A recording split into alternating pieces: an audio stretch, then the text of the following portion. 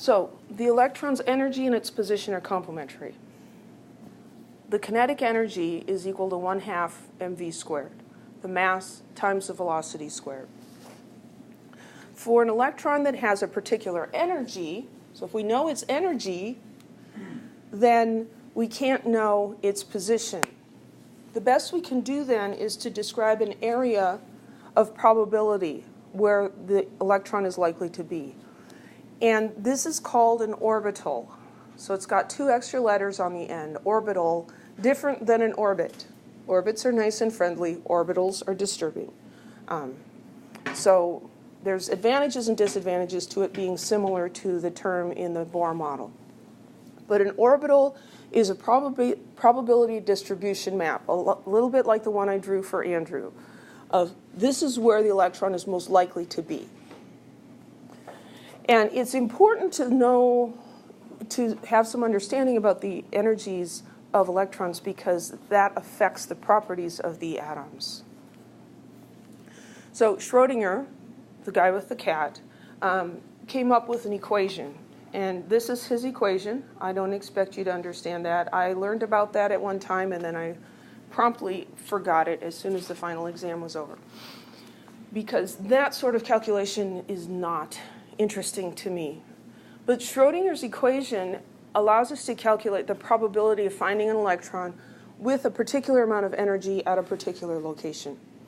And so when you go to solve Schrödinger's equation, you get lots of different wave functions that describe the wave-like nature of electrons. There is no absolute solution to Schrödinger's equation. So if we plot that wave function squared, that represents an orbital. So there are 3 integer terms in the wave function, and those are put in there to quantize the energy of the electron, because we know from looking at the emission spectra of atoms that the energy of electrons is quantized. They can only have particular energy levels. So those 3 quantum numbers, they're put in there to make it quantized, are called the principal quantum number, the angular momentum quantum number, and the magnetic quantum number. And they're given abbreviations N, L, and M sub L. There's a 4th quantum number called the spin quantum number, and that's M sub S. So the first quantum number, the principal quantum n, this is an integer that describes the overall size and energy of an orbital. This corresponds to Bohr's orbit, so the different energy levels. N can be any integer starting with 1. 1, 2, 3, etc. It can't be 0 or negative numbers. The larger this number is, the higher energy the electron has, and the larger the orbital size is. So for hydrogen, we can calculate the energy based on the level.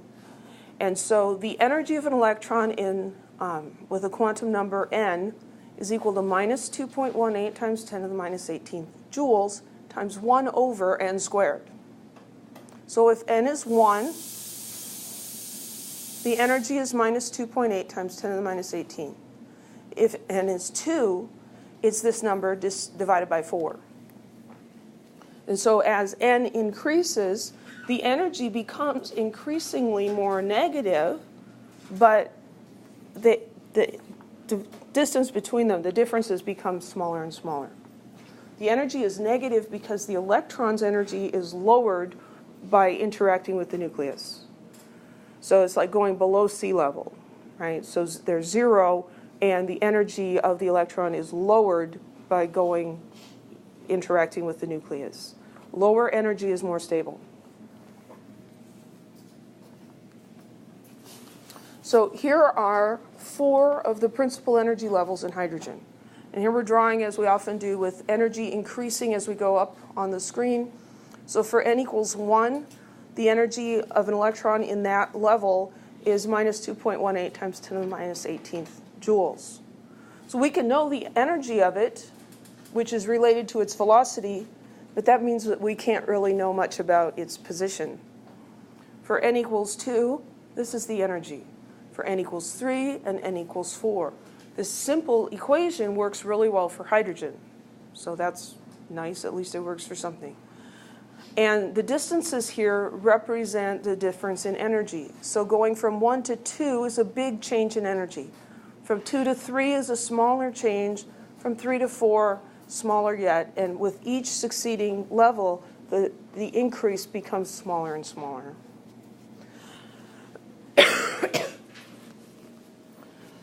The angular momentum number, L, determines the shape of the orbital. And L can have integer values from 0 up to 1 less than n. And we also assign a letter designation for these. If L is 0, we call that S. L equals 1 is P. L equals 2 is D. L equals 3 is F. Any comments on that one? Why not A, B, C, D? That would be my question.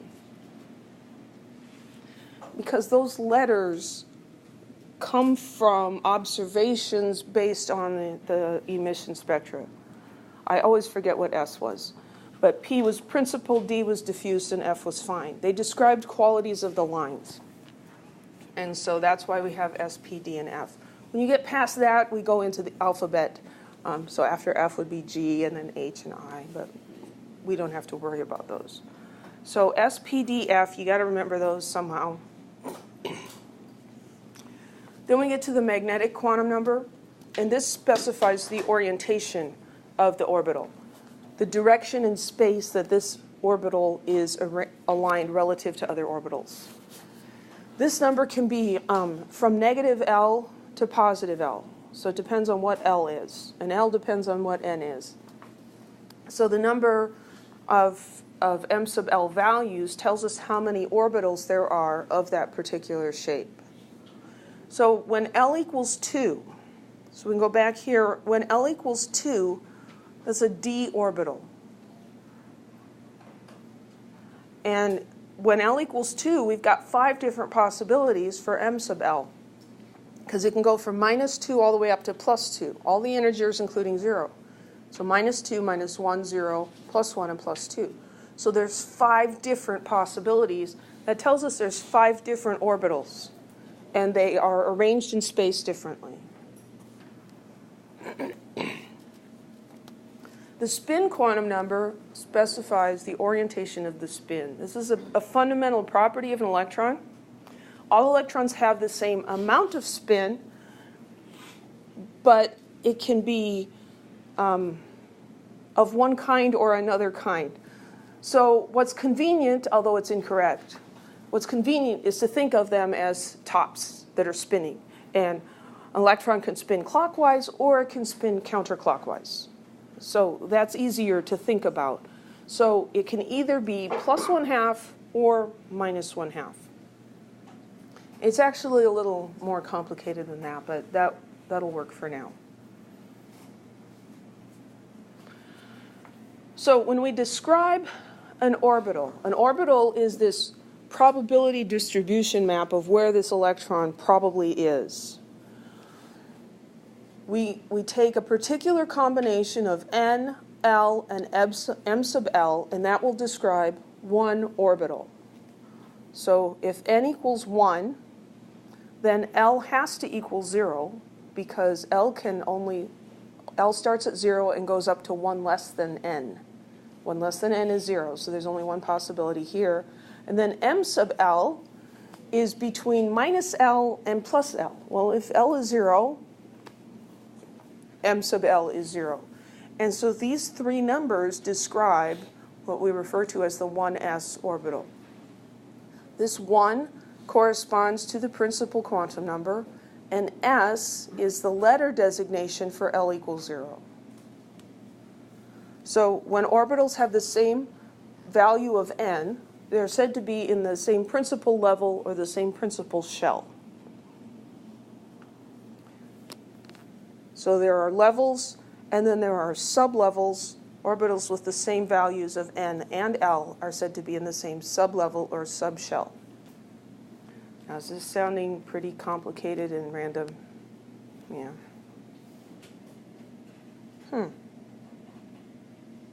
Wonder what I meant to do with that one. I don't know. So here's a diagram. So for n equals 1, the possibilities for L are only 1. L can only be 0. And if L is 0, M sub L can only be 0. And so we end up with only one orbital being possible here. It's the 1s orbital. When n equals 2, L can be 0 or 1. For L equals 0, we can only have one orbital, and that has the s designation. This is a 2s because it's in the second energy level, as the second principal quantum number. For L equals 1, we can have -1, 0, or +1 for M sub L, and so we get 3 different orbitals. L equals 1 corresponds to the letter designation P. And so there are 3 p orbitals here in this second level. So this is one sublevel, and this is a second sublevel. N equals 3. We have 3 possibilities for L. So we can have an S sublevel, a P sublevel, and for the D sublevel, the possibilities for M sub L are -2, -1, 0, +1, and +2. So we have 5 different 3D orbitals. I know, this is icky, huh? Okay, list the quantum numbers associated with all of the 5D orbitals. How many 5D orbitals exist? When we look at this specification, 5D, that tells us 2 of the quantum numbers. It tells us what n is, and it tells us what L is. So 5D, the 5 means that n equals 5. D, there was S, P, and D, and F. And that was 0, 1, 2, 3. So D is L equals 2. So L equals 2. S is 0, P is 1, D is 2. So the first 2 quantum numbers are going to be the same for all of these orbitals. But then the next one, we have more possibilities. So M sub L, that goes from -L to +L. So we've got possibilities of -2, -1, 0, +1, or +2. So if we could make a table, you know, here's N, and here's L, and here's M sub L. So N is 5 for all of them. And L is 2 for all of them. But M sub L is different. So we've got a -2, a -1, a 0, +1, and a +2.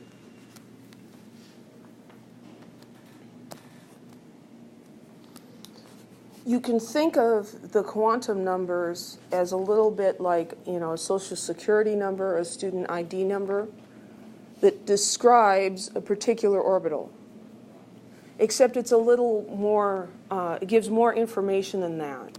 It's a little bit more like a vehicle identification number for a car, where these digits tell you what year it was made, and these digits tell you what model, and these digits tell you, what factory it came out of, etc. So how many 5D orbitals are there? 5. There are 5, not because of this 5, but because for D, there are 5 different possibilities for M sub L. That's an L, not a... Isn't L supposed to be n-1? L goes from 0 up to n-1. So if n equals 5, we've got lots of possibilities. We've got 0, 1, 2, 3, and 4 as possibilities for L. And so you can determine L because of the number, the letter they give you? Right. I know that this is L equals 2 because that's what D means. So L equals 0, we call that S. And if it's 1, we call it P. 2 is D. And 3 is F.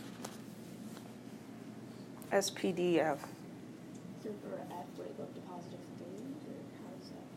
Yeah, so for F, L equals 3, and so then you have more possibilities for M sub L.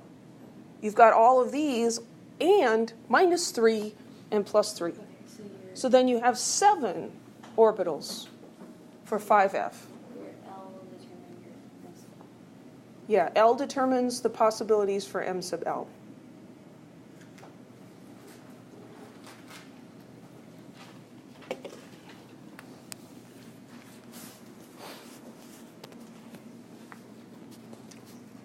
So 3 quantum numbers specify an orbital.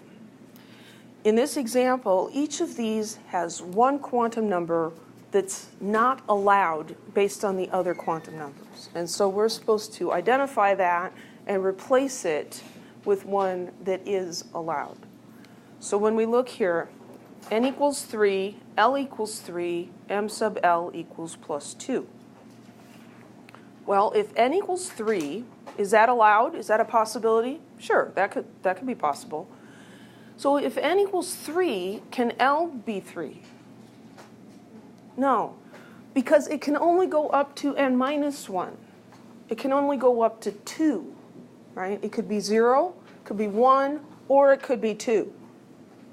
Okay, so we've identified that that's the one that has a problem. So this one is the one that's wrong, and there's only one wrong in each of these. And then M sub L is plus 2. So if M sub L is plus 2, what does L have to be? 2. Because if M sub L was 0 or 1, then this one couldn't be possible either. That makes sense? This is some weird logic game. Over here, n equals 2. Is that possible? Sure. If n is 2, can L be 1? Yeah, definitely. If L is 1, can M sub L be minus 2? Nope. What could it be? Could be negative 1, or 0, or plus 1. Could be any of those 3. Those are all allowed. N equals 1, so that could happen. If n equals 1, can L be 1? No, because L goes up to n minus 1. So if n equals 1, there's only one possibility for L, and that is 0. So if L is 0, can M sub L equal 0? Yes, in fact, it has to. Any questions?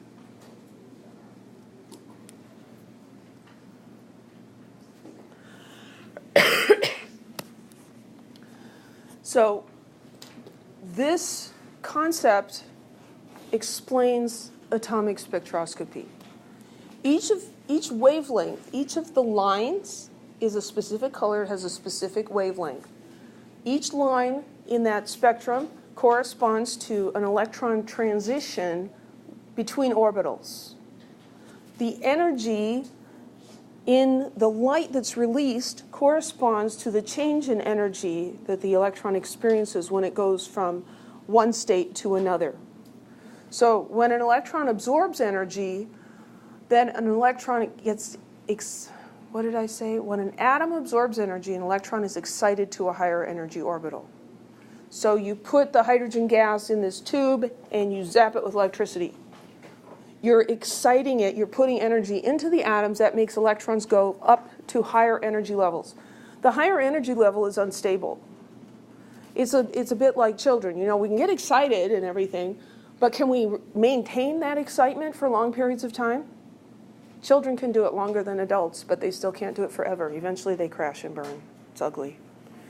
But that excited state is unstable. So the electron gets excited, and then it has to come back down to its lower energy level. When it does that, the energy is released as light. a photon of light.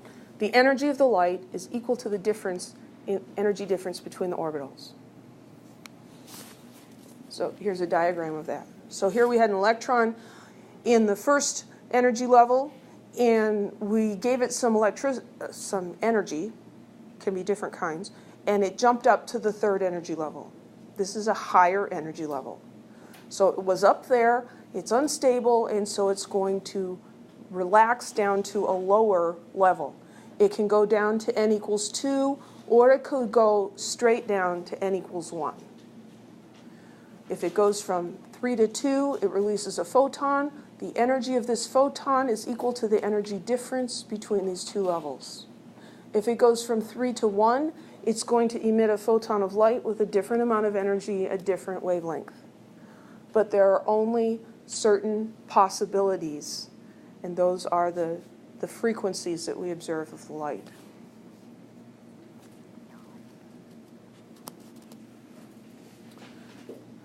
To transition to the higher energy state, it has to gain the correct amount of energy. And that's why we can observe also the absorption spectrum, is that atom will not absorb any amount of energy. It only absorbs specific amounts of energy. It's like riding on a bus, and they require exact change.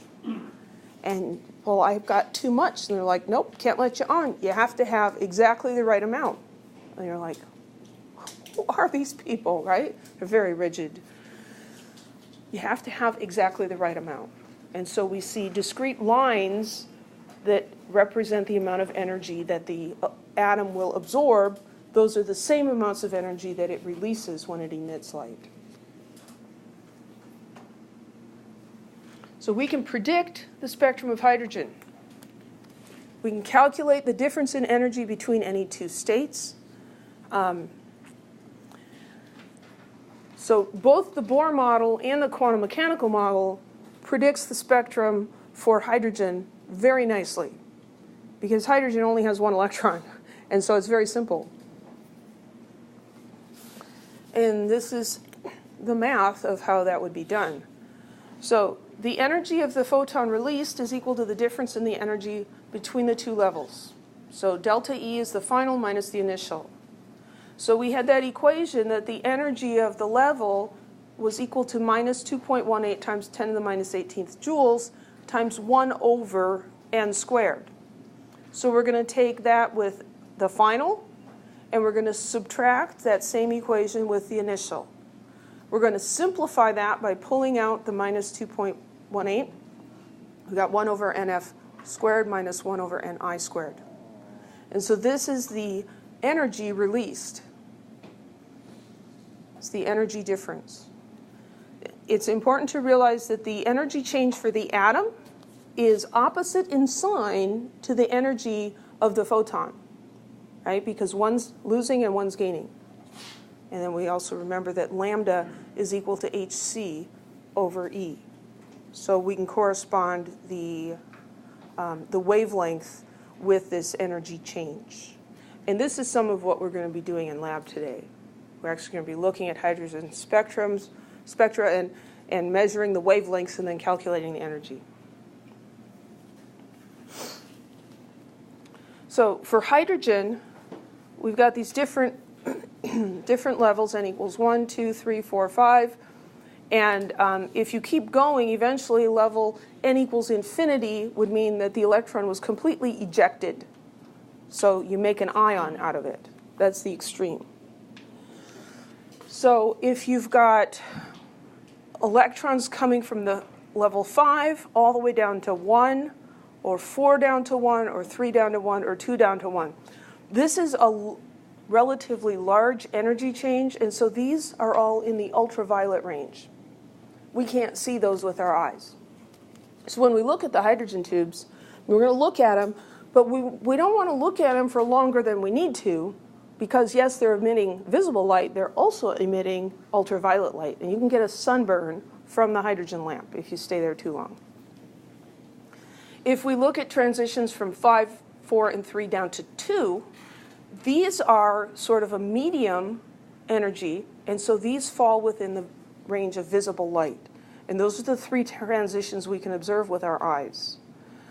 These from 5 to 3, from 4 to 3, those are smaller in energy. Those fall into the infrared wavelengths. And so you can detect that with the heat being emanated, but you can't detect it using a spectrometer. Okay, so determine the wavelength of the light absorbed when an electron in a hydrogen atom makes a transition from an orbital in which n equals 2 to an orbital in which n equals 7. So we've got two n's here. One's an initial and one's a final. So we have n equals 2 and we have n equals 7. Which is the initial and which is the final? 2 is the initial, so that's n sub I, and 7 is the final. The words tell us this. It makes the transition from 2 to 7. Okay? We've got that equation. The change in energy is equal to minus 2.18 times 10 to the minus 18 joules times 1 over nf squared minus 1 over ni squared.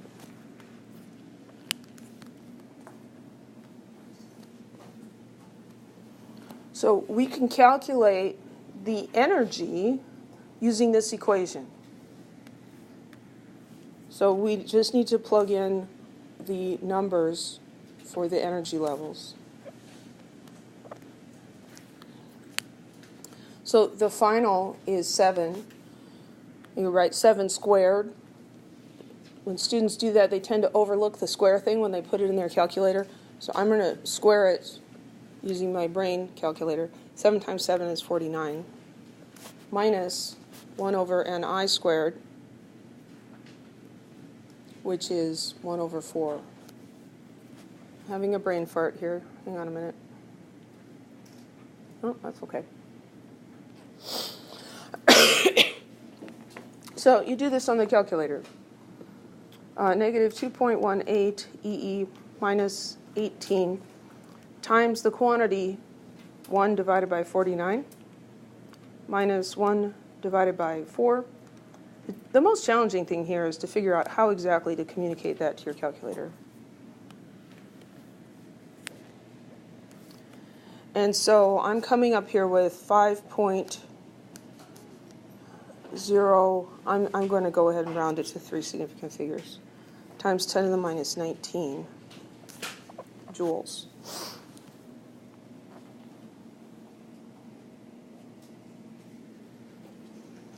This change in energy is a positive number because the energy of the atom is going up because it's absorbing energy, right? But higher energy is unstable, so it's not going to stay that way. It's going to come back out. But we're asked to find the wavelength. This is the energy. That's the energy of the light. The energy of light equals hc over lambda. So we can rearrange that. We've got lambda equals hc, small c, over the energy. So h is Planck's constant, 6.626 times 10 to the minus 34 joule seconds. C is the speed of light, 3.00 times 10 to the 8th meters per second. And down here we have the energy, 5.01 times 10 to the minus 19 joules. And when we look at these units, seconds cancel and joules cancel. We end up with meters. 6.626 EE minus 34 times 3 EE8 divided by 5.01 EE minus 19 equals 3.97 times 10 to the minus 7 meters.